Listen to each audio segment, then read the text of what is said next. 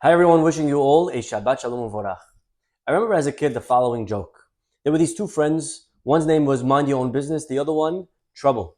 And they were playing hide and go seek, and it was Mind Your Own Business's turn to hide. So he went hiding, and all of a sudden a policeman walks by and he sees the kid hiding and he says, "Hey kid, what's your name?" And the kid says, "Mind your own business." And the policeman says, "Are you looking for trouble?"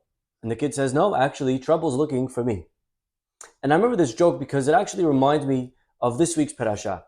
This week's parasha, Korah, we read about a revolution that Korah tries to stage against Moshe Rabbeinu. He accuses Moshe of taking too much power and of nepotism, and he brings with him a very important group of people to try to overthrow Moshe. He brings 250 men that were heads and princes and important people. He brings Datan, Aviram. He also brings a guy by the name of On. And this guy On, something very interesting. Although he's in the beginning of the story when the revolution begins, he's nowhere to be found at the end. Later on, we just don't see his name. We don't find him anywhere. And our rabbis notice this, and this is what our rabbis share with us in the Midrash. They tell us that the morning of, On wakes up and he starts getting ready, and his wife says, "Hey, honey, how you doing? Where you going today?" And he says, "Actually, we're going to overthrow Moshe Rabbeinu." And his wife says, "Wow, it's a very tall order. You and what army?" He says, "Me and Korah and all these other guys." She says, "Wow, so what exactly do you want?" "Well, Moshe is taking too much power, and we want that Korah should be a leader." So his wife says, "I don't get it. So if you guys win, who's in charge?" He says, "If we win, Korah will be in charge."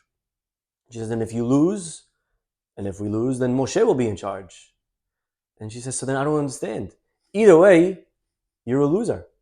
If Moshe wins, you're a nobody. And if Korah wins, you're a nobody. This looks like Moshe versus Korah to me. What are you getting involved for?" And he's finally convinced that she's right. This is not his fight. And he ends up being saved. Although Korah and all of his men end up dying, On is the only one that survives because of a very smart wife who taught him a very important lesson.